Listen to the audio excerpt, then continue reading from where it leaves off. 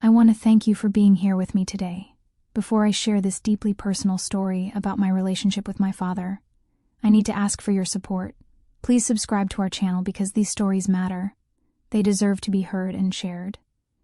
Leave us a like on this video because it genuinely helps us reach more people. And most importantly, I want to know where you're listening from. Write in the comments below which city you're in right now. Which part of the world are you calling home? This connection between us, these moments of understanding, they're what make sharing these intimate stories worthwhile. Now let me take you back to the night that changed everything between my father and me. It started on a Thursday evening, the kind of evening where the sun dips behind the rooftops and paints the sky in shades of amber and violet. The air carries that soft, almost imperceptible chill that tells you winter is creeping closer, that the seasons are shifting, that nothing remains constant. I was sitting on the edge of my bed, scrolling through my phone with that restless energy that comes from knowing something in the world feels off, even if you can't quite name it. My father, whom I've always known as Raymond, knocked gently before opening the door. The sound of his knock was familiar, respectful, a gesture he'd made thousands of times throughout my life. "Hey, Sarah," he said, using the nickname that only he ever called me. His voice was softer than usual, and there was something in his tone that made me look up from my phone. "Want to go for a drive?" I blinked at him, uncertainty washing over me. Raymond, my father, was not the kind of man who made spontaneous suggestions. Our drives were rare these past few years. He had always been the quiet type, a man who carefully measured his words and often kept them tucked away, like precious possessions that he feared sharing might diminish. The idea of him inviting me out of the house in the darkness, without explanation or context, sparked a mixture of curiosity and unease in my chest. "Ah, sure," I said after a pause, my voice sounding stranger to my own ears than I expected. "Where are we going?" He gave me a small smile that seemed almost nervous, which only deepened my sense of anticipation. There was something deliberate about this invitation, something that suggested he had been planning this moment for a while, working up the courage to ask. We left the house quietly, the familiar creak of the garage door opening blending with the soft hum of the evening. Raymond's old sedan was waiting in the driveway, its paint faded but polished, reflecting the dim street lights like quiet stars scattered across the pavement.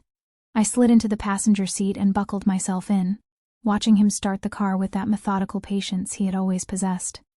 Everything about him moved with intention, as if he was setting a slow, deliberate rhythm for the night ahead. We drove in silence at first, the kind of silence that feels heavy but not uncomfortable. It was the kind of silence that holds possibility, that suggests words are waiting to be spoken but are taking their time arriving.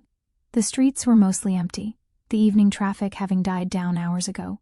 Occasional headlights from other cars cast fleeting shadows across our faces, making features disappear and reappear in rhythmic patterns.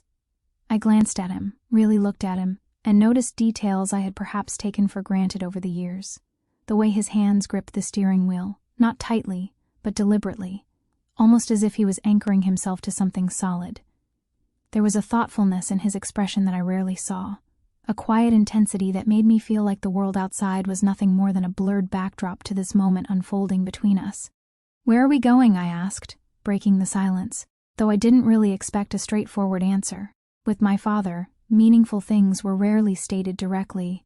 Raymond cleared his throat, his eyes still fixed on the road ahead. "Nowhere specific," he said. "I just wanted to talk, you and me alone. Away from the house, away from distractions." I nodded, feeling a strange flutter of anticipation mixed with apprehension in my stomach. I knew something was coming, something important that he had been carrying for a while, but I had no way of knowing what the shape or weight of it would be.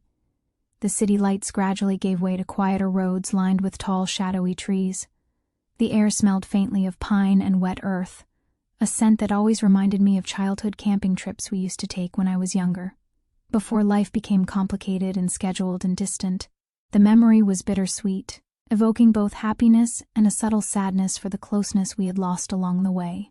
I realized in that moment that I hadn't felt this kind of connection to him in a long time, hadn't experienced this sense of his full attention directed toward me. Finally, he pulled over to the side of a small overlook where the road curved around the edge of a hill. Below us, the city sprawled like a sea of tiny flickering lights, each one representing a life, a story, a world of experiences happening simultaneously. We sat there in silence for a long moment, just listening to the gentle whisper of the wind through the trees and the distant hum of traffic from the highways far below. "I've been thinking," he started, his voice low and almost hesitant, "about a lot of things. About us, about mistakes, and about time. About how precious it is and how easy it is to waste it." My heart thumped in my chest. There it was, the feeling I had been trying to ignore. The sense that this drive wasn't just a casual outing, that something he had carried for years was finally going to be shared with me. Something he had perhaps been waiting for the right moment to say. "About me?" I asked softly, not wanting to break the delicate weight of the moment. He nodded, taking a deep breath that seemed to come from somewhere deep in his body. "Yes, you, and about me too. About being a father and sometimes not being the man I wanted to be. About all the ways I've fallen short, and all the ways I wish I could have done better." I felt the first hint of tears forming, not from sadness alone, but from the profound vulnerability in his voice. It was rare to hear him like this, so open and unguarded, so fully human. I reached out instinctively and touched his arm, and he responded with a tiny, almost imperceptible squeeze back. That small gesture spoke volumes, more than words ever could have conveyed. "I don't know how to say this without it sounding wrong," he continued, his voice catching slightly on the words, "but there are things I wish I had told you sooner. About who I am, about the choices I've made, about love and fear and everything in between, and I'm tired of carrying them alone." My stomach twisted with emotion. This was more than a confession. It was a bridge being built across years of quiet distance, across all the moments we had existed together without truly connecting. And though I didn't know the specific details of what he was about to share, I felt a shift inside me, a recognition that the man beside me, my father, was revealing a depth I had never allowed myself to see before. For the first time in a long time, the world outside felt completely distant and irrelevant. The city lights below, the trees around us, the wind brushing against the car, they all became background noise to something far more profound. My father was letting me in, and I was finally beginning to understand that the person I thought I knew so well had layers and complexities I had never imagined. In that moment, I understood that whatever he was about to confess, it would change the way I saw him and perhaps, more importantly, the way I saw myself. The wind was cooler now, carrying a crisp edge that hinted at the coming winter. I hugged my knees to my chest, sitting in the passenger seat of Raymond's old sedan, the city lights below like a constellation scattered across the valley like some cosmic map. Raymond's hands rested on the steering wheel, and for a long moment we just sat there, two figures caught between silence and something unsaid, between the past and whatever future this conversation might create.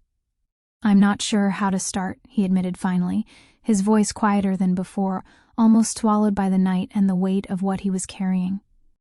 "I've held this for a long time, thinking I could protect you from it, or maybe thinking I was protecting myself, maybe both. But instead, I think I ended up keeping myself from you, from really being present, from showing you who I was underneath the facade of being strong and capable."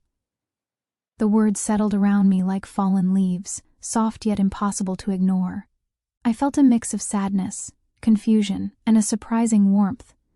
It was strange, this closeness we were creating, born out of vulnerability and honesty. It was strange and beautiful and terrifying all at once. "I've always seen you as strong, Sarah," he continued, his eyes now meeting mine directly, with an intensity I had rarely experienced from him. "And I've been proud of you in ways I never said out loud. But I've also been scared of losing you, scared of you seeing my weaknesses and deciding I wasn't worthy of your love and respect. Scared of all the things I can't fix or control. And that fear, it made me quiet. It made me distant. It made me retreat into myself when what I should have done was reach toward you." I swallowed hard, feeling tears threatening to spill over, though I tried to maintain some semblance of composure. "Dad, I never realized you felt that way. I always thought that you had it all figured out, that you didn't have doubts or insecurities the way other people do. I thought you were somehow above all of that." He shook his head, a small, almost embarrassed smile tugging at his lips. "No, Sarah, I don't have it all figured out. And maybe I never will, but I want to try. I want to be better for you, for us. I don't want my regrets to define our relationship anymore. I don't want my silence to be the legacy I leave with you." There was a vulnerability in him that cut through all the years of assumptions I had made about him. I had always seen my father as stoic, composed, almost untouchable. But now I realized that beneath that exterior, he was profoundly human. He was someone capable of fear, of love, of growth, and of change, just like me. Just like anyone. "I never thought about it that way," I admitted, my voice barely above a whisper. "I mean, I've always loved you, Dad, but I guess I never imagined you had fears like mine. I didn't know you needed me to understand you too, to see you as a person and not just as a parent." His hand moved to cover mine, warm and reassuring, a quiet affirmation that no words could match. "We all need to be seen, Sarah, even fathers, especially fathers. We carry expectations and fears and regrets, and sometimes we need permission to put them down, to share them with someone we trust." We sat there for a long time after that, talking in fragments, in hesitant sentences, in silences filled with understanding. I shared moments from my life that I had never voiced to him before. My own insecurities, the small heartbreaks I had endured quietly, the dreams I had been too afraid to voice out loud because I feared judgment or dismissal. And he listened, really listened, without judgment or interruption. There was a tenderness in his attention, a kind of quiet respect that made me feel seen, truly seen for the first time in a way that actually mattered. The city lights below flickered, as if acknowledging the connection forming above them. I realized then that this night, like the one before, wasn't just about his confession. It was about us discovering each other anew, about bridging the gap between generations with honesty and love. It was about recognizing that we were both struggling, both carrying things we thought we had to carry alone. Finally, he broke the silence again, his voice steady but soft. "I don't want tonight to be the last time we do this, Sarah. Not just the talking, but the understanding. I want you to know that I'll always be here, trying, learning, and loving you. That's all I can promise." I nodded, a lump forming in my throat. "I want that too, Dad. I want us to keep discovering each other, even when it's hard, even when it's uncomfortable." And in that moment, I felt an unfamiliar but comforting sense of hope. A hope that despite the mistakes, the silence, and the fear, we could find our way to each other. Not just as father and daughter, but as two people willing to face the truth and grow together. The night stretched on, the wind whispering secrets through the trees, the stars holding their quiet vigil overhead. And I knew deep down that I would never forget this night. The night my father's confession shook me to my core, but also built a bridge of trust and love that would carry us forward into whatever the future held. The days following our drive felt strange, almost suspended in a quiet reverence. Life had gone on in its ordinary way: school, responsibilities, the endless hum of daily existence. But something in me had shifted fundamentally. Every time I saw my father, I noticed small things that had perhaps gone unnoticed before. The way he sipped his coffee slowly in the mornings, eyes distant yet somehow present. The way he hummed under his breath while tinkering in the garage. The small creases around his eyes that deepened when he smiled. It was like seeing him for the first time, peeling away layers I hadn't known existed or had chosen not to acknowledge. I found myself replaying his words over and over, like a melody I couldn't get out of my head. "Even fathers need to be seen." That line struck me harder than anything else. All my life I thought he was unshakable, that his silence meant strength. Now I understood that his quietness was often his way of carrying burdens alone, of protecting others at the cost of his own well-being. I realized I had been guilty too. I had assumed he didn't need my understanding, my empathy, when in truth he had been longing for it all along, waiting for permission to be human in front of his daughter. A few days later, I decided to invite him out again. Not for another confession, not for some heavy conversation, but just to be together, to breathe in the same space without the weight of the past pressing down on us. It was a Saturday afternoon when I asked him, "Want to go to the park tonight?" I said, leaning against the kitchen counter as he chopped vegetables for dinner. The sunlight was streaming through the window, casting long shadows across the kitchen. He paused, the knife held midair, and looked at me with a faint smile that seemed to contain an entire conversation within it. "The park at night?" he asked, seeming surprised but pleased. Yes, I said, my voice firmer than I felt. Just a walk. I want to talk, but I don't want it to feel like a lecture or a therapy session. Just you and me, no agenda. He nodded slowly, and I saw the same cautious anticipation in his eyes that I had noticed on the drive beneath the stars. There was something deeply moving about watching a parent relax, watching them let go of the burden of always having to be the strong one. All right, he said, setting the knife down carefully. I'd like that very much. I'd like that more than I can say. That evening the air was crisp, the kind that makes your cheeks tingle and your lungs fill with clarity and refreshment. We walked side by side along the winding path of the park, the streetlights casting pools of soft golden light on the gravel beneath our feet. It was quieter than I remembered, the usual bustle of evening joggers and dog walkers replaced by the gentle rustle of leaves in the trees and the occasional call of a bird settling in for the night. I've been thinking about that night, I said after a long pause, breaking the silence that had fallen between us. About everything you told me, and I guess I wanted to say thank you for trusting me, for letting me in when it would have been easier to stay silent. Raymond's gaze softened, and he nodded, a flicker of something unspoken passing between us like a current of electricity. Thank you for listening, he said quietly. That means more than I can say. I've wanted to tell you for so long, but I wasn't sure how or if it was even my place to burden you with my own struggles. It was your place, I assured him firmly. It still is. I think it always will be. I hesitated, unsure how to voice the jumble of emotions swirling inside me. And I realized something too, I continued. I've been holding back from you in my own way. Afraid of being too much, too emotional, or too needy. Afraid of disappointing you. He stopped walking, turning to face me fully. The glow from the lamppost above him made his features look softer, more open, more vulnerable. Sarah, you could never be too much. Never. The world needs your emotions, your passion, your ability to feel deeply. Don't hide that from anyone, and especially not from me. The sincerity in his voice struck me like a physical force. It was as if he had finally dismantled the walls that had separated us for so many years, inviting me to step into the space he had created with honesty and love. I felt a warmth spread through me, a combination of relief, affection, and a strange exhilaration. This was the first time I truly understood that our relationship wasn't about perfection. It was about understanding, acceptance, and mutual respect. It was about two people doing their best to show up for each other, even when it was difficult. We continued walking, and as we did, we shared stories we hadn't spoken aloud before. I told him about my first heartbreak, the one that left me crying into my pillow for hours, feeling like I would never recover. I told him about my fears regarding my future, about my doubts about my abilities, and he told me about a regret from his own youth, a mistake that had haunted him silently for decades, a choice he made that had consequences he still carried. The more we talked, the more I noticed the similarities between us, the fears, the insecurities, the desperate desire to do right by the people we loved. It was humbling and illuminating to realize how connected we were, not just by blood, but by the shared humanity that bound us together. We were two people trying to navigate this complicated world, each with our own struggles, each doing our best with the tools and understanding we possessed.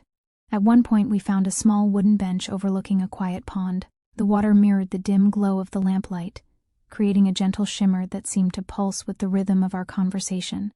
We sat down, shoulders brushing lightly, and I felt a sense of calm I hadn't known I could experience with him. It was the kind of peace that comes from being completely accepted, completely understood. I think, he said slowly, that we're both learning how to be seen in our own ways. And maybe that's what truly matters. Not the mistakes, not the regrets, but the willingness to try again, to be open, to understand one another. That's what makes us human.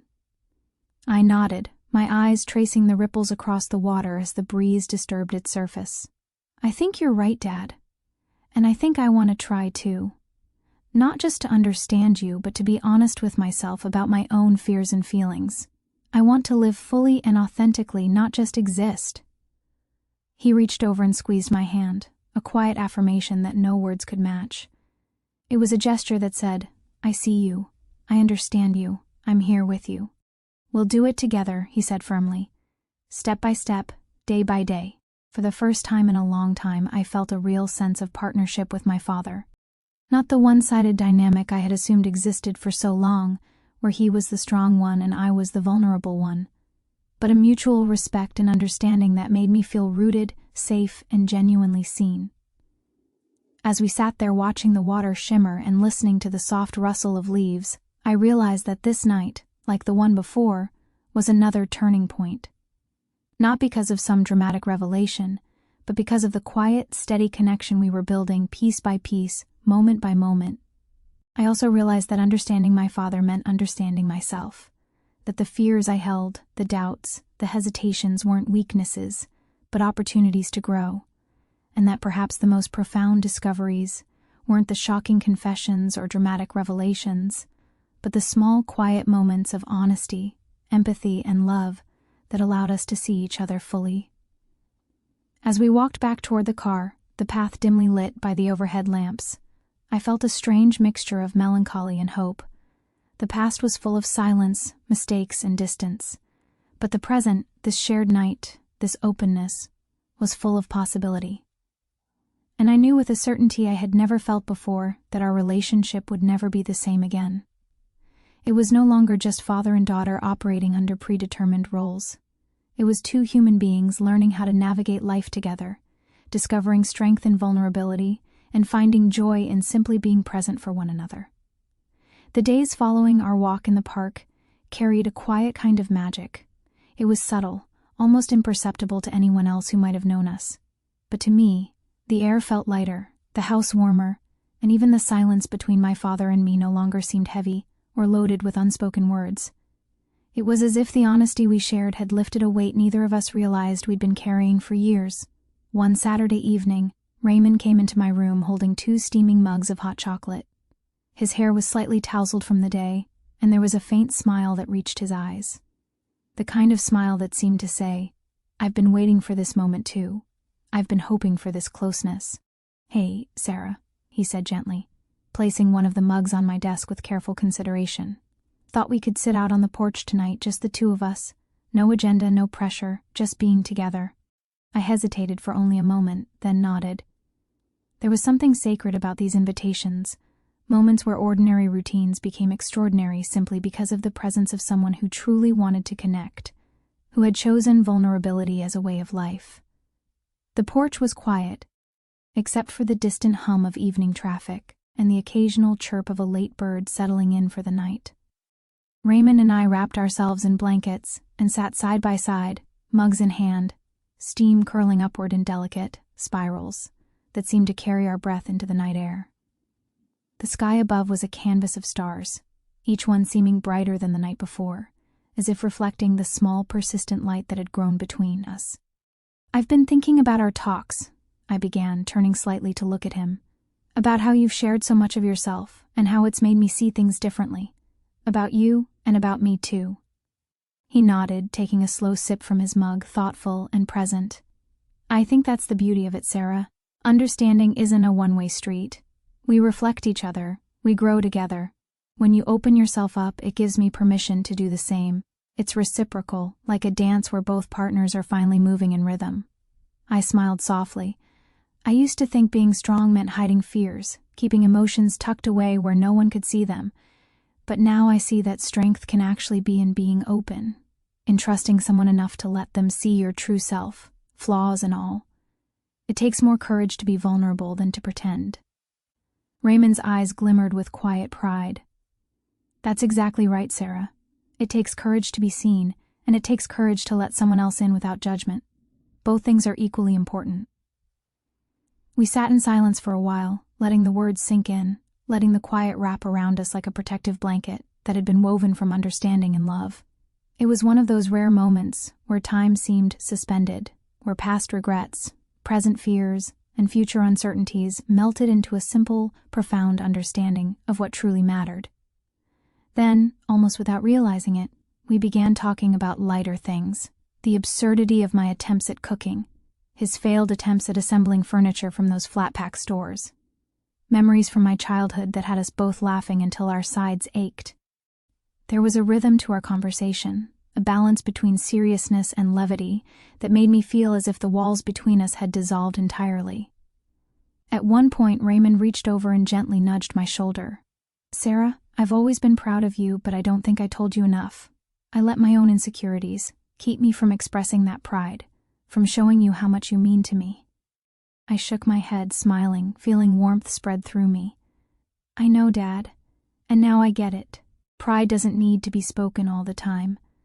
It's in the little moments, the time we spend together, the trust we share, the willingness to be present. And I'm proud of you too, for being brave enough to let me in, for choosing to change the dynamic between us." He looked at me, really looked at me with an intensity that made my chest swell. "Thank you, Sarah. That means everything to me. More than I have words to express." The stars above twinkled as if acknowledging our bond, as if celebrating the connection we had forged, and I realized then that the emotional journey we had been on wasn't about a single confession or a dramatic revelation. It was about patience, empathy, and the slow cultivation of trust. It was about showing up for each other consistently, even when the past had been distant or the future uncertain. Later, as we sat quietly sipping our chocolate and watching the stars slowly emerge in greater numbers, I found myself reflecting on the lessons I had learned. Life wasn't perfect, and people weren't flawless. My dad had made mistakes, I had made mistakes, and there were still fears and insecurities lurking in the shadows, still things we would have to work through together. But what mattered was the willingness to confront those fears, to speak honestly, and to hold space for each other's humanity. What mattered was showing up with intention and love. I realized that the bond between a parent and child wasn't static. It evolved, deepened, and matured as both people grew and changed. It required work, required vulnerability, required a willingness to let go of old patterns and embrace new ones. And that night, with the stars above and the gentle hum of life around us, I felt an unshakable sense of gratitude. Gratitude for my dad, for his honesty. Gratitude for the newfound closeness we had forged through shared vulnerability. Gratitude for the chance to start over, to build a relationship based on truth rather than pretense. "Dad," I whispered, leaning slightly against his shoulder, "thank you for trusting me, for showing me that it's okay to be imperfect, to be human, and for letting me be exactly who I am. Thank you for choosing to change." Raymond turned slightly, resting his cheek briefly against mine. "Thank you too, Sarah, for listening, for understanding, for loving me, even when I struggled to show it. You've given me permission to become a better man, and I don't take that lightly." The warmth between us wasn't just physical. It was emotional, the kind of deep, grounding comfort that made the world outside seem both softer and infinitely richer. And as I looked out at the night sky, I realized that while confessions could shake the ground beneath us, understanding, empathy, and love could build something far stronger. They could build a bridge that would carry us through the uncertainties of life together, that would withstand the weight of time and circumstance. By the time we went back inside, the night had deepened into something quiet and gentle. I felt lighter, not because the world had changed, but because my relationship with my father had. We had discovered each other anew, and in doing so, I had discovered something essential about myself. That connection, vulnerability, and mutual respect were the truest forms of strength. That the most powerful bonds were those built on a foundation of honest communication and unconditional love. In that quiet, unassuming way that life sometimes does, I knew that this was only the beginning of a chapter where our bond, tested and healed through years of distance and recent moments of intimacy, would continue to grow. We would continue to discover each other, to challenge each other, to support each other through whatever lay ahead. That night, I fell asleep with a sense of peace I hadn't known in years, the echoes of our laughter and conversation lingering like a gentle promise, a commitment to maintain what we had rebuilt. And I realized with a smile that sometimes the most unexpected drives, the most uncertain conversations, lead to the most profound journeys, not across the landscape, but into the deepest parts of ourselves and into the heart of the people we love. And I learned that those journeys, the ones that require us to be brave enough to be seen, are the ones that matter most. They're the ones that change us, that teach us, that remind us what it means to truly be alive.